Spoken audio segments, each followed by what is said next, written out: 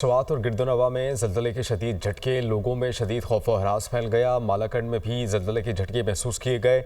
ज़लज़ले की शिद्दत 5.4 रिकॉर्ड की गई। इसके अलावा ज़ेर ज़मीन गहराई 22 किलोमीटर रिकॉर्ड की गई। ज़लज़ले का मरकज़ जनूब मशरक़ी अफ़गानिस्तान था। स्वात और गिरदोनवा में ज़लज़ले के शदीद झटके महसूस किए गए। लोगों में शदीद खौफ व हरास फैल गया। मालाकंड में भी ज़लज़ले के झटके महसूस किए गए।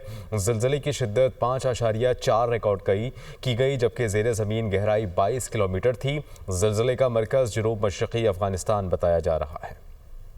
स्वात और गिरदोनवा में ज़लज़ले के शदीद झटके, लोगों में शदीद खौफ व हरास फैल गया। मालाकंड में भी ज़लज़ले के झटके महसूस किए गए। ज़लज़ले की शिद्दत 5.4 रिकॉर्ड की गई। इसके अलावा ज़ेर ज़मीन गहराई 22 किलोमीटर रिकॉर्ड की गई। ज़लज़ले का मरकज़ जनूब मशरक़ी अफ़गानिस्तान था। स्वात और गिरदोनवा में ज़लज़ले के शदीद झटके महसूस किए गए। लोगों में शदीद खौफ व हरास फैल गया। मालाकंड में भी ज़लज़ले के झटके महसूस किए गए।